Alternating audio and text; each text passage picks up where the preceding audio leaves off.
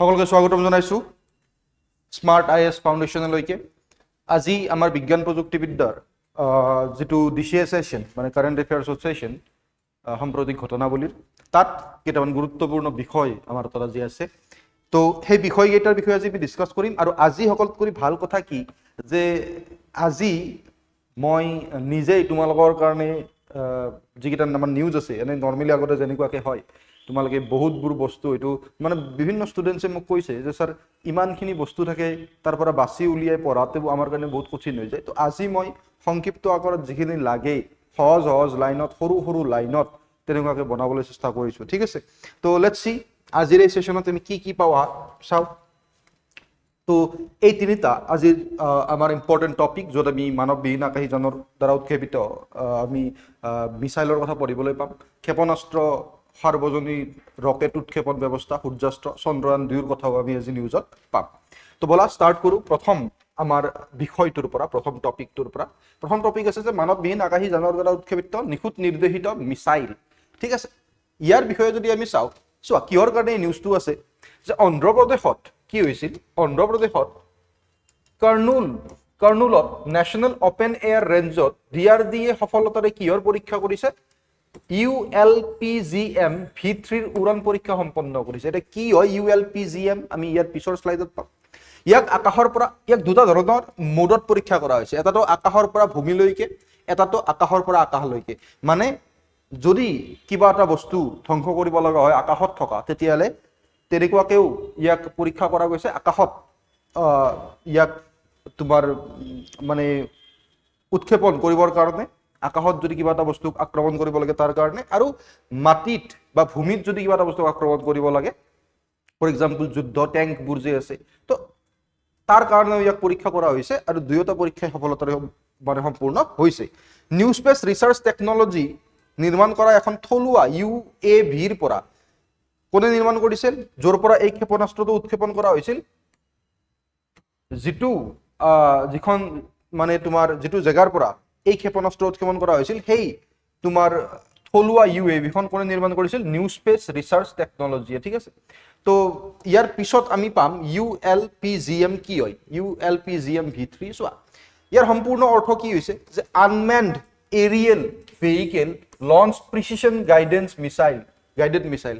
মানে unmanned Ariel ভেহিকেলে য'ত কি কৰে প্ৰিচিছন একদম জেগাত মিছাইল গাইড কৰিব পৰাকে, য'ৰ পৰা মানে তেওঁলোকে যিখন মানে ড্ৰোনৰ পৰা ফৰ এক্সাম্পল বা যিকোনো চোৱা এটা মিছাইল আছে আমাৰ হাতত, আমি সেই মিছাইলটো লঞ্চ কৰিব লাগে। তো লঞ্চ ক'ৰ পৰা কৰিম, এনেকুৱা ধৰণৰ এটা যন্ত্ৰৰ পৰা আমি লঞ্চ কৰিম যিটোত ধৰা মানুহ নাথাকিব, নিজে নিজে লঞ্চ কৰিব পাৰিব। তো তেনেকুৱা ধৰণৰ aerial unmanned vehicle launch precision guided missile, মানৱবিহীন আকাশীযানৰ দ্বাৰা উৎক্ষেপিত নিখুঁত নিৰ্দেশিত ক্ষেপণাস্ত্ৰ। এই ক্ষেপণাস্ত্ৰবোৰ ইয়াৰ পৰাই লঞ্চ কৰা গৈছে, ক'ৰ পৰা, ULPGM V3ৰ পৰা। ULPGM V3 এটা উন্নত সংস্কৰণ হয় ইয়াৰ আগৰ মডেলটোৰ পৰা। ইয়াৰ আগৰ মডেলটো চিম্পল আছিল, ULPGM V2 আছিল, এতিয়া কি হৈছে V3 হৈছে। এইটো DRDO এই যে ULPGM V3ৰ পৰা যিটো মিছাইল উৎক্ষেপণ কৰা গৈছে, এইটো DRDOৰ দ্বাৰা বিকশিত ড্ৰোনৰ পৰা উৎক্ষেপণ কৰিব পৰা এটা নিখুঁত ক্ষেপণাস্ত্ৰ। এই যিটো মিছাইল আছে এইটো ক'ৰ পৰা উৎক্ষেপণ কৰিব পাৰি, যিকোনো DRDOৰ বিকশিত ড্ৰোনৰ পৰা উৎক্ষেপণ কৰিব পাৰি। ই ভূমিৰ লক্ষ্য আৰু আকাশৰ লক্ষ্য দুয়োটাকে লক্ষ্য কৰি লয় বা আঘাত কৰে, আক্ৰমণ কৰে। এইটো উন্নত সংস্কৰণ হয় ইয়াৰ আগৰ মডেলটোৰ। ই ভাৰতৰ থলুৱা ড্ৰোন উৎক্ষেপিত। এতিয়া ইয়াৰ পৰা আমাৰ কি লাভ হয়, আমাৰ এইটোৱে লাভ হয় যে ই ভাৰতৰ থলুৱা ড্ৰোন উৎক্ষেপিত নিখুঁত আক্ৰমণৰ ক্ষমতাক বৃদ্ধি কৰে। আমাৰ যিটো ইণ্ডিজিনিয়াছ পাৱাৰ, আমাৰ যিটো নিজৰ শক্তি, ইয়াক বৃদ্ধি কৰে, আত্মনিৰ্ভৰ ভাৰতক সহযোগিতা আগবঢ়ায়। ইয়াৰ ভূমিকা কি, আকাশৰ পৰা ভূমিলৈ ভূমিকা, প্ৰধানকৈ যিবোৰ মাটিত টেংক থাকে, যুদ্ধ জাহাজ থাকে, এইবোৰ ধ্বংস কৰিবলৈ ইয়াক ব্যৱহাৰ কৰিব পৰা যায়। বাংকাৰবোৰক বা যিবোৰ সুৰক্ষিত গাঁথনি আছে তাকো লক্ষ্য কৰি ল'ব পাৰে ই। ঠিক আছে, এইটো হৈছে ভূমিকা। আকাশৰ পৰা আকাশলৈ কি ভূমিকা, শত্ৰুৰ ড্ৰোন, হেলিকপ্টাৰ বা আকাশ মাৰ্গৰ অন্যান্য ভাবুকি আমি আক্ৰমণ কৰিব পাৰোঁ এই মিছাইলৰ জৰিয়তে। ই ড্ৰোন প্ৰতিৰোধী যুদ্ধত ভাৰতৰ সামৰ্থ্য শক্তিশালী কৰে। ইয়াত তোমালোকে চাবা ULPGM V1, এইটো একদম আৰম্ভণিৰ মডেল আছিল। ঠিক আছে, এইটো কি আছিল, একদম আৰম্ভণিৰ মডেল আছিল। ফ্ৰী ফল, কি ফিচাৰ্ছ, একদম প্ৰিচাইজ আছিল, নো অন প্ৰপালচন, নিজৰ প্ৰপালচন নাছিল, মানে নিজে ই প্ৰপাল কৰি যাব নোৱাৰিছিল, ইয়াক ঠেলি ঠেলি যাব, মানে ঠেলি মানে হাতেৰে ঠেলি নহয়, ইয়াক বেলেগকে বাহিৰৰ পৰা ইয়াক শক্তি যোগান ধৰিব লগা হৈছিল। V2ত কি কৰিছিল, প্ৰপালচন চিষ্টেম লগোৱা গৈছিল, ইঞ্জিন লগোৱা গৈছিল যাতে ই নিজে নিজে যাব পাৰে, লংগাৰ ৰেঞ্জ দীঘল আছিল। তো এনেকুৱাকে এইবাৰ আৰু অলপ উন্নত, ঠিক আছে। তো এইটো হৈছে বৰ্তমান যিটোৰ পৰা এই মিছাইল গাইড কৰা গৈছে, ULPGM V3। ULPGM V3ৰ বৈশিষ্ট্যসমূহ চাওয়া চোৱা, ইয়াৰ এটা হাই ডেফিনেশ্যন ডুৱেল চেনেল চিকাৰক থাকে, হাই ডেফিনেশ্যন প্ৰিচিজন টাৰ্গেট থাকে, ঠিক আছে। ই লক্ষ্য সঠিকভাৱে চিনাক্ত কৰিব পাৰে, লক্ষ্য কি কৰিব পাৰে, সঠিকভাৱে চিনাক্ত কৰিব পাৰে, আক্ৰমণ কৰাত সহায় কৰে, সকলো বতৰত সামৰ্থ্য। চোৱা, ই দিন আৰু ৰাতি দুয়ো সময়তে কাম কৰিব পাৰে, বিভিন্ন দৃশ্যমানৰ অৱস্থাতো কাৰ্যকৰী হৈ থাকিব পাৰে, মানে যদি ভালকে কুঁৱলীৰ সময়ত বা দেখা নোপোৱা হৈ থাকে তাৰ পিছতো ই কাম কৰে। ভূখণ্ডৰ নমনীয়তা, ইয়াক সমতল ভূমিৰ লগতে উচ্চ পৰ্বতীয় অঞ্চলত ব্যৱহাৰ কৰিবৰ কাৰণেও বনোৱা হৈছে।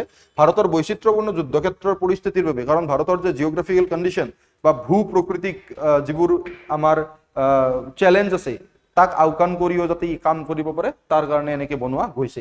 বাংকাৰ প্ৰতিৰোধী সামৰ্থ্য, ইয়াৰ পেনেট্ৰেশ্যন কাম ব্লাষ্ট ৱাৰ হেড বাংকাৰ আৰু সুৰক্ষিত গাঁথনিসমূহ ধ্বংস কৰিব পাৰে। মানে বাংকাৰ যদি কোনোবা আমাৰ যদি শত্ৰু কোনোবা বাংকাৰত থাকে তেতিয়াহ'লে বাংকাৰো ধ্বংস কৰিব পৰা ক্ষমতা ইয়াৰ আছে, ঠিক আছে। অ'কে, এতিয়া চোৱা, প্ৰতিৰক্ষা প্ৰযুক্তিত আত্মনিৰ্ভৰ ভাৰতক শক্তিশালী কৰিব পাৰে, ভাৰতৰ বাবে গুৰুত্বপূৰ্ণতা, ঠিক আছে। ই কি কৰিব পাৰে, আমাৰ প্ৰতিৰক্ষা প্ৰযুক্তিক আত্মনিৰ্ভৰ ভাৰতক শক্তিশালী কৰে। তো আত্মনিৰ্ভৰ ভাৰতক শক্তিশালী কৰে, আগতে মই তোমালোকক ক'লো। ভাৰতত UAV আধাৰত নিখুঁত আক্ৰমণৰ সামৰ্থ্য বৃদ্ধি কৰে, আত্মনিৰ্ভৰ ভাৰতৰ ডিফেন্স টেকনলজি, হয় নে নহয়। তাৰপিছত টেংক, ড্ৰোন আৰু হেলিকপ্টাৰত মোকাবিলা কৰিব পৰা সামৰ্থ্য উন্নত কৰে, মানে আমি আমাৰ শত্ৰুৰ যিবোৰ যুদ্ধৰ টেংক, ড্ৰোন বা হেলিকপ্টাৰত আছে, যুদ্ধ জাহাজ, সেইবোৰৰ লগত মোকাবিলা কৰিব পৰাকে আমাক উন্নত কৰে। নেক্সট, প্ৰতিৰক্ষা উদ্ভাৱনত MSME আৰু ষ্টাৰ্টআপ সমূহৰ অংশগ্ৰহণকো উৎসাহিত কৰে। যিবোৰ micro small and medium enterprise আছে সেইবোৰ, বা যিবোৰ আমাৰ নতুন ষ্টাৰ্টআপ আছে, সেইবোৰে যাতে প্ৰতিৰক্ষা উদ্ভাৱনৰ দিশে নিজক লৈ আহিব পাৰে, বা তেওঁলোকে যাতে ইয়াৰ প্ৰতিও প্ৰতিৰক্ষা উদ্ভাৱনতো তেওঁলোকে যাতে আকৰ্ষিত হয় তাৰ কাৰণে তেওঁলোকক উৎসাহিত কৰে। তেতিয়াই যেতিয়া এনেকুৱা বস্তুবোৰ আহিব তেতিয়াই কি হ'ব, আমাৰ যিবোৰ ইণ্ডাষ্ট্ৰি আছে, আমাৰ যিবোৰ ষ্টাৰ্টআপ আছে, তেওঁলোকে এনেকুৱা ধৰণৰ কামত নিযুক্ত হ'ব আৰু তেনেকে আমাৰ ভাৰতখনক আত্মনিৰ্ভৰ কৰিব সামৰিক ক্ষেত্ৰতো।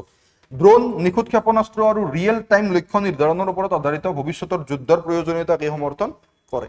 মেইনছৰ কাৰণে গুৰুত্বপূৰ্ণ এইখিনি বস্তু এবাৰ চাই ল'বা, বাট মই অতি সহজভাৱে দিব চেষ্টা কৰিছোঁ এটা লাইনত, ঠিক আছে। ইয়াৰ ওপৰত প্ৰিলিমছ প্ৰেক্টিছ কুৱেশ্যন এটা আছে, এইটো চাই ল'বা আৰু ইয়াৰ এনচাৰটো তলত দিবলৈ চেষ্টা কৰিবা, ঠিক আছে। নেক্সট টপিকটো চোৱা, সাৰ্বজনীন ৰকেট উৎক্ষেপণ ব্যৱস্থা সূৰ্যাস্ত্ৰৰ বিষয়ে আমি চাম। A nation that manufactures its own weaponry writes its own destiny. চোৱা, ইয়াত এটা আৰ্টিকেল আহিছিল, আৰ্টিকেলত ৰক্ষা মন্ত্ৰীয়ে কি কৈছিল যে এখন দেশ যোনে নিজৰ ৱেপন বা নিজৰ অস্ত্ৰ বনাব পাৰে, বনোৱাত সক্ষম হয়, সেই দেশখনে নিজৰ ভাগ্য নিজেই লিখিব পাৰে, তেনেকে কৈছিল। তো তাৰ ওপৰত আধাৰিত এটা আৰ্টিকেল চোৱা,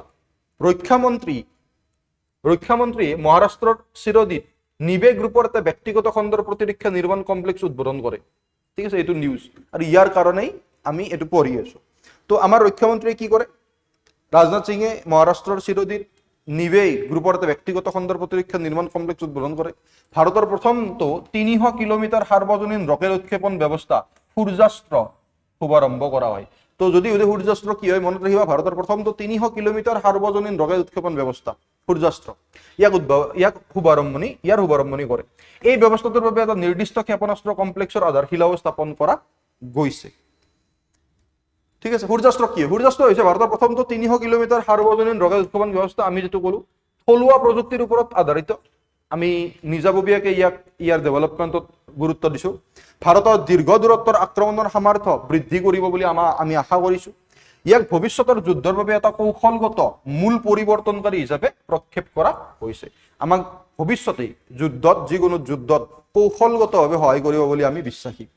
ই গোলা বাৰুদ, যুদ্ধৰ ক্ষেপণাস্ত্ৰ, স্বয়ংক্ৰিয়কৰণ আৰু নিখুঁত আক্ৰমণ ব্যৱস্থাৰ ওপৰত ভাৰতৰ বৰ্ধিত গুৰুত্বক প্ৰতিফলিত কৰে। ভাৰত এই ক্ষেত্ৰত আগুৱাই গৈ আছে। সূৰ্যাস্ত্ৰই জিয়াৰ বুলি কৈছে, এটা তোমালোকে ফটো দেখিবা, ঠিক আছে। মোদী গভৰ্ণমেণ্টৰ ভিজন দেখাইছে ইয়াত, transforming Bharat into a global defence manufacturing hub. ভাৰতক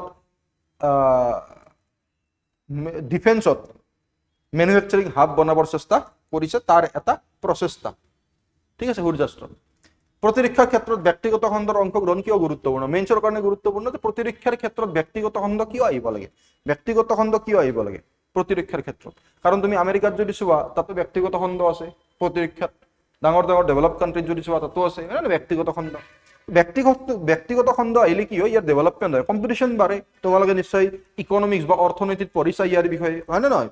অৰ্থনীতিত ইয়াৰ বিষয়ে তোমালোকে পঢ়িছা, কেপিটেলিজিমৰ বিষয়ে পঢ়িছা, তোমালোকে ছচিয়েলিজিমৰ বিষয়ে পঢ়িছা। তো ব্যক্তিগত খণ্ড যেতিয়া আহিব তেতিয়া কম্পিটিশ্যন বাঢ়িব, আৰু কম্পিটিশ্যন বাঢ়িলে ভাল ভাল বস্তু বা উন্নতিকৰণ হ'ব আমাৰ প্ৰতিৰক্ষাৰ ক্ষেত্ৰখনতো। ভৱিষ্যতৰ যুদ্ধত যিবোৰ অস্ত্ৰ আছে, স্বয়ংক্ৰিয়কৰণ, নিখুঁত ব্যৱস্থাৰ ওপৰত গুৰুত্ব দিয়াই ভৱিষ্যতৰ যুদ্ধত, ঠিক আছে। যদি ব্যক্তিগত খণ্ডৰ অংশগ্ৰহণ দেখিবলৈ পাওঁ। কৌশলগত নিৰাপত্তা, প্ৰতিৰক্ষা আমদানি আৰু যোগান শৃংখলাৰ দুৰ্বলতাৰ ওপৰত নিৰ্ভৰশীলতা হ্ৰাস কৰে। উদ্ভাৱন চোৱা, ব্যক্তিগত খণ্ডই উন্নত অস্ত্ৰ ব্যৱস্থা বিকশিত কৰিব পাৰে, এইখিনি সামৰ্থ্য আছে, কাৰণ কম্পিটিশ্যন বাঢ়ি যায় তো উন্নত অস্ত্ৰ নিৰ্মাণ হয়। অৰ্থনৈতিক প্ৰভাৱ, যিবোৰ MSME আছে, মিডিল এণ্টাৰপ্ৰাইজ আছে, মাইক্ৰ স্মল মিডিল এণ্টাৰপ্ৰাইজ, আৰু প্ৰতিৰক্ষা নিৰ্মাণ পৰিস্থিতি তন্ত্ৰক সমৰ্থন কৰে, তো এইবিলাককো সমৰ্থন কৰে। সেইফালৰ পৰা চাব গ'লে আমাৰ উদ্যোগো ডেভেলপ হয়। অৱদান, প্ৰতিৰক্ষা উৎপাদনত ব্যক্তিগত খণ্ডৰ অংশ হৈছে 25ৰ পৰা 30%। আগন্তুক বছৰবোৰত ইয়াত লক্ষ্য ভাৰত চৰকাৰে বান্ধি লৈছে 50%, ঠিক আছে। তো চাৰিওফালৰ পৰা চোৱা, ভৱিষ্যতৰ যুদ্ধত সহায় কৰিব, আমাৰ কৌশলগত নিৰাপত্তাত সহায় কৰিব, উদ্ভাৱনত সহায় কৰিব, দেন অৰ্থনৈতিক প্ৰভাৱত সহায় কৰিব, আৰু অৱদান থাকিব। যিটো অৱদান আছে অৱদানটো মনত ৰাখিবা, কাৰণ ব্যক্তিগত খণ্ডৰ অৱদান বঢ়োৱাৰ লক্ষ্য ভাৰত চৰকাৰে কৰি লৈছে। স্বদেশীকৰণক উদগনি যোগোৱা প্ৰধান চৰকাৰী পদক্ষেপসমূহ দুটামান পদক্ষেপ আছে। প্ৰথমটো মনত ৰাখিবা, আইডেক্স, ঠিক আছে, ইনোভেশ্যন ফৰ ডিফেন্স এক্সেলেঞ্চ, প্ৰতিৰক্ষা মন্ত্ৰালয়ৰ দ্বাৰা 2018 চনত আৰম্ভ কৰা হৈছিল। এইটো ষ্টাৰ্টআপ, যিবোৰ MSME আছে আৰু শিক্ষানুষ্ঠানৰ জৰিয়তে প্ৰতিৰক্ষা উদ্ভাৱনক প্ৰসাৰিত কৰে। তাৰ লগতে গুৰুত্বপূৰ্ণ ক্ষেত্ৰসমূহৰ ভিতৰত আছে AI, ড্ৰোন, চাইবাৰ নিৰাপত্তা, মহাকাশ আৰু ৰবটিক্স। এইবোৰ ডেভেলপ বা উন্নতকৰণৰ চেষ্টা আইডেক্সে চলাইছে। তো আইডেক্স 2018 চনত প্ৰতিৰক্ষা মন্ত্ৰালয় বা ডিফেন্স মিনিষ্ট্ৰীয়ে ডেভেলপ কৰিছিল। অদিতি আঁচনিৰ বিষয়ে চোৱা, আইডেক্সৰ সৈতে উদ্ভাৱনী প্ৰযুক্তিৰ দ্ৰুত বিকাশ, মানে etching development of innovative technology with IDEX, এইটো হৈছে অদিতি, ঠিক আছে। ডিপ টেক আৰু গুৰুত্বপূৰ্ণ প্ৰতিৰক্ষা প্ৰযুক্তিক সমৰ্থন কৰে। গুৰুত্বপূৰ্ণ ক্ষেত্ৰসমূহ কিহত গুৰুত্ব দিয়ে? AI, কোৱাণ্টাম টেক, হাইপাৰছনিক্স, মহাকাশ আৰু স্বয়ংক্ৰিয় ব্যৱস্থা। প্ৰযুক্তি বিকাশ পুঁজি TDF, DRDOৰ দ্বাৰা পৰিচালিত এই TDF থলুৱা প্ৰতিৰক্ষা প্ৰযুক্তিৰ বাবে MSME, ষ্টাৰ্টআপ আৰু শিক্ষানুষ্ঠানক সমৰ্থন কৰে। FDI সংস্কাৰ, প্ৰতিৰক্ষা নিৰ্মাণত বিদেশী বিনিয়োগ হয় আৰু প্ৰযুক্তি আকৰ্ষণ কৰিবলৈ FDI নীতিসমূহ উদাৰ কৰা হৈছে। তো ফৰেক্স ডাইৰেক্ট ইনভেষ্টমেণ্ট যাতে হয়, বাহিৰৰ মানুহে যাতে আমাৰ ইয়াত টকা লগায়, ঠিক আছে, তাৰ কাৰণেও গুৰুত্ব আৰোপ কৰা গৈছে। এটা প্ৰিলিমছ কুৱেশ্যন আছে, ইয়াৰ এনচাৰটো তলত কমেণ্ট ছেকশ্যনত দিবলৈ চেষ্টা কৰিবা। নেক্সট, চন্দ্ৰযান 2ৰ দ্বাৰা চন্দ্ৰৰ দক্ষিণ মেৰুত সম্ভাৱ্য বৰফ আৱিষ্কাৰ। চোৱা, এইটো চন্দ্ৰযান 2ৰ নিউজ হয়, possible presence of ice in lunar south pole. আমি চাউথ পোলত গৈছো নে নাই? চোৱা, প্ৰসংগ কিহৰ ওপৰত? ইছৰোৰ চন্দ্ৰযান 2 আৰবিটাৰৰ তথ্য বিশ্লেষণ কৰি ফিজিকেল ৰিচাৰ্চ লেবৰেটৰীৰ আহমেদাবাদৰ বিজ্ঞানীসকলে চন্দ্ৰৰ দক্ষিণ মেৰুৰ ওচৰত যিবোৰ গহ্বৰ আছে, সৰু সৰু গাঁটা যিবোৰ আছে, সেই গাঁটাবোৰৰ পৃষ্ঠৰ তলত পানীৰ বৰফৰ শক্তিশালী প্ৰমাণ চিনাক্ত কৰিছে। মানে কৈছে যে তাত এই গহ্বৰবোৰত পানীবোৰ বৰফ হৈ থাকিব পাৰে। আৰবিটাৰত থকা ডুৱেল ফ্ৰিকুৱেঞ্চি চিন্থেটিক এপাৰ্চাৰ ৰেডাৰৰ যন্ত্ৰৰ সহায়ত এই আৱিষ্কাৰ কৰা হৈছিল। তো কিহৰ সহায়ত এই আৱিষ্কাৰ কৰা হৈছিল? আৰবিটাৰত যিটো dual frequency synthetic aperture radar আছে তাৰ জৰিয়তে, এই যন্ত্ৰৰ সহায়ত। ফাউষ্টিনি ক্ৰেটাৰ হৈছে চন্দ্ৰৰ দক্ষিণ মেৰুৰ ওচৰত এটা লুনাৰ ইম্পেক্ট ক্ৰেটাৰ। চন্দ্ৰৰ পৃষ্ঠত খুন্দা খোৱাৰ ফলত সৃষ্টি হোৱা গহ্বৰ, ডাঙৰ গাঁটা টাইপৰ, দেখিছা, কুঁৱা টাইপৰ, যিটো স্থায়ীভাৱে ছাঁ পৰি থকা অঞ্চলত অৱস্থিত। ইয়াত মানে পোহৰ নাযায়, এইখিনি ছাঁ পৰি থাকে, যাৰ ফলত ই সাম্ভাব্য পৃষ্ঠৰ তলৰ পানীৰ বৰফৰ অৱক্ষেপণ অধ্যয়নৰ বাবে গুৰুত্বপূৰ্ণ হৈ পৰিছে। তো পানী পোৱা গৈছে বুলি কৈছে, তাৰ কাৰণে এই নিউজটো পানী বৰফৰ আকাৰত আছে বুলি কৈছে। তো ইবোলা ভাইৰাছ, এইটো কি দিলে,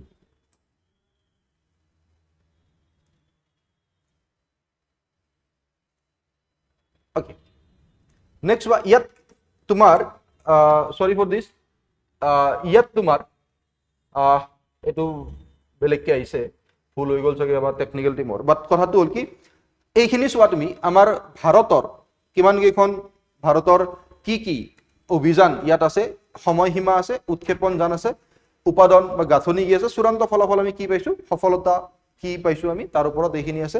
আমি ইয়াৰ বিষয়ে আগতে যেতিয়া ভাৰতৰ মহাকাশ অভিযানবিলাকৰ বিষয়ে যেতিয়া পঢ়িছিলোঁ, তাতো আমি বহুত কেইটা জেগাত এই শ্লাইডখন দেখিবলৈ পাইছিলোঁ, যেনেকৈ চন্দ্ৰযান 1 2008ত PSLV C11ৰ দ্বাৰা উৎক্ষেপণ কৰা গৈছিল, ঠিক আছে। আৰবিটাৰ আৰু মুন ইম্পেক্ট প্ৰব, চূড়ান্ত ফলাফল আমি চন্দ্ৰত পানীৰ অণুৰ উপস্থিতি নিশ্চিত কৰিছিলোঁ।